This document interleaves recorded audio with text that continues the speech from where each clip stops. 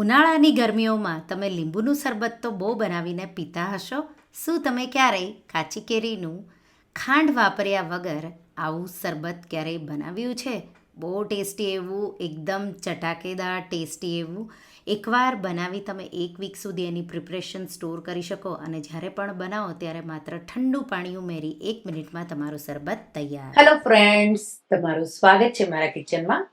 આજે આપણે બનાવીશું હેલ્ધી સાથે ટેસ્ટી એવું ચટપટું કાચી કેરીનું શરબત. જો તમને મારી રેસિપીઓ ગમતી હોય અને હજુ સુધી ચેનલને સબસ્ક્રાઈબ ન કર્યું હોય તો સબસ્ક્રાઈબ કરજો અને બાજુમાં આપેલી ઘંટી દબાવજો એટલે નવી નવી રેસિપીના નોટિફિકેશન આવે. આ રેસિપીથી 10 ગ્લાસ જેટલું શરબત બનશે. તો સૌથી પહેલાં એક નોનસ્ટિક પેન લઈ લઈશું અને એમાં આપણે 1 ટીસ્પૂન જેટલું જીરું અને 2 ટીસ્પૂન જેટલી વરિયાળી. તો થોડી વરિયાળીનું પ્રમાણ વધારે રાખીશું અને આ રીતે એકદમ સારી રીતે સુગંધ આવે એ રીતે શેકી લઈશું. જીરું અને વરિયાળી પાચન શક્તિ માટે બહુ જ ગુણકારી એવું છે, એટલે આ શરબત તમારા માટે, જો તમને ડાયજેશનનો પ્રોબ્લેમ રહેતો હોય તો પણ બહુ ગુણકારી હેલ્ધી એવું છે. સારી એવી સુગંધ આવી ગઈ ત્યાં સુધી મેં એને શેક્યું. હવે ઠંડુ કરીશું. હલકું ઠંડુ થઈ જાય એટલે આપણે ખાયણી દસ્તામાં કે પછી તમે મિક્સરમાં પણ એનો પાવડર કરી શકો. તો દરદરું એવું આ રીતે વાટી લેવાનું છે. તો જીરું હું શેકેલું પણ વાપરવાની છું અને આ મિશ્રણ પણ વાપરવાની છું.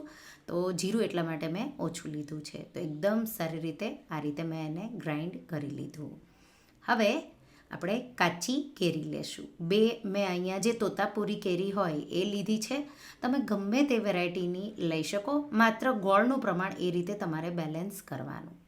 આ રીતે જાળી લેશું અને કેરીને બધી સાઈડથી, જે રીતે આપણે ઓળો માટે રીંગણ શેકીએ એ જ રીતે કેરીને તમારે શેકી લેવાની છે. તમે થોડા નાઇફથી પ્રિક કરીને પણ શેકી શકો. આ રીતે થોડો ટાઈમ લાગે છે. નાઇફથી પ્રિક કરશો તો બહુ જલ્દીથી થઈ જાય છે.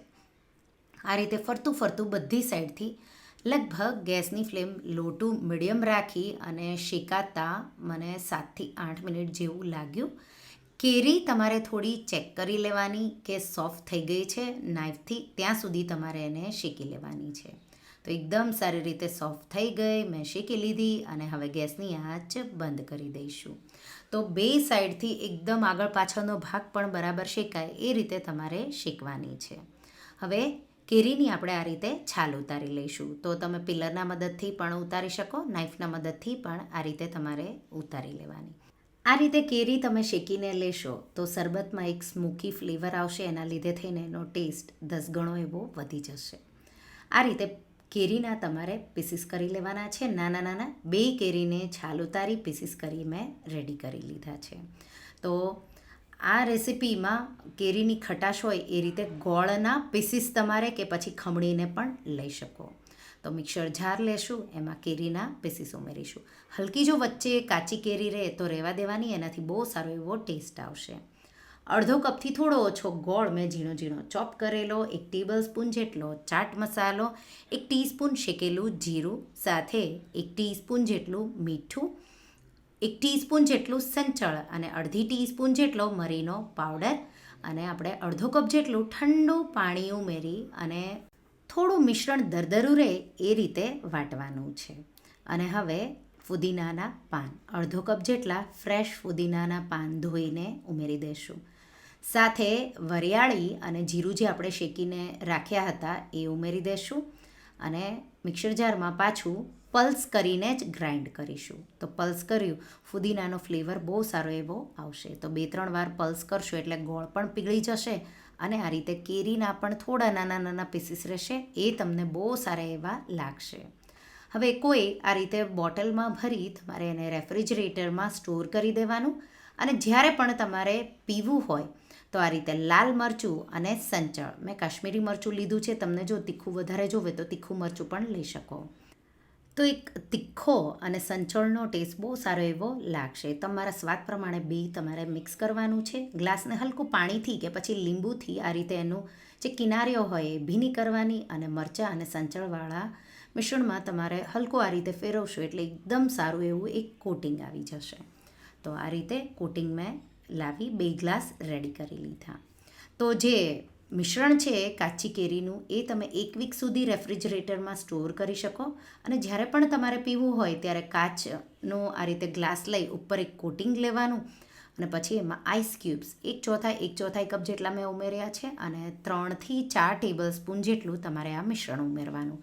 હવે તમારે જો સોડા બનાવવી હોય તો સોડા વોટર એડ કરવાનું, સ્પાર્કલિંગ વોટર, નહીં તો પછી સાદું ઠંડુ પાણી ઉમેરી દેવાનું. તો જો તમે રેસ્ટોરન્ટમાં જઈ અને મોહિતો આ રીતે ઓર્ડર કરતા હોય તો આ કાચી કેરીનો મોહિતો કે પછી કાચી કેરીનું શરબત ગમે તે તમે કહી શકો. આ રીતે ઠંડુ ઠંડુ આ કાચી કેરીનું શરબત સર્વ કરો. તો ઉનાળાની ગરમીઓમાં લૂ ન લાગવા દે એવું, સાથે પાચનમાં પણ મદદ કરે એવું કાચી કેરીનું આ શરબતની રેસીપી એકવાર તમે ટ્રાય કરજો. વરિયાળીનો પણ સારો એવો ટેસ્ટ, ખાટો મીઠો, જીરા ડાયજેશનમાં હેલ્પ કરે એવો રેસીપી એકવાર ટ્રાય કરજો. તમે વારંવાર બનાવીને પીશો. તો તમને આ રેસીપી કેવી લાગી મને કમેન્ટમાં જરૂરથી જણાવજો. અને હા, જો રેસીપી ગમી હોય તો વિડીયોને લાઈક કરજો, શેર કરજો અને મારા ચેનલને સબસ્ક્રાઈબ કરજો. અને આવી જ નવી રેસીપીઓ માટે તમે બેલ આઇકોન બટનને પ્રેસ કરજો. Thank you for watching.